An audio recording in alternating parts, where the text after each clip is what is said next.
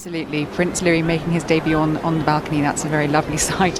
Duchess of Cambridge just holding him close, and very sweet little outfit, which looks very reminiscent. The moment the private family update about Prince Louis was revealed inside the palace walls, something unexpected happened. Something that reportedly stunned aides, worried school staff, and quietly sent shockwaves through the royal household. Because according to whispers circulating among insiders, Prince George, the future king, the calm and composed young royal everyone believes is already preparing for the weight of the crown, suddenly refused to attend a scheduled school appearance. Not postponed, not delayed, refused. And the reason, according to sources close to the family, traces back to a deeply emotional moment that unfolded after the latest update about Prince Louis' condition was shared with the children. What exactly happened behind those palace doors that could make an 11-year-old future monarch break routine in such a visible way? And why are insiders now saying the situation inside the Wales household is far more emotional than the public realizes? The royal family has faced many challenges, but nothing prepares you for a serious diagnosis for your child. Prince Louis, the youngest child of William and Kate, has received such a diagnosis which has greatly affected the Cambridge family. Prince George, the eldest brother and future king, feels his brother's situation deeply. Even at just 11 years old, this story highlights a family coming together to support one another.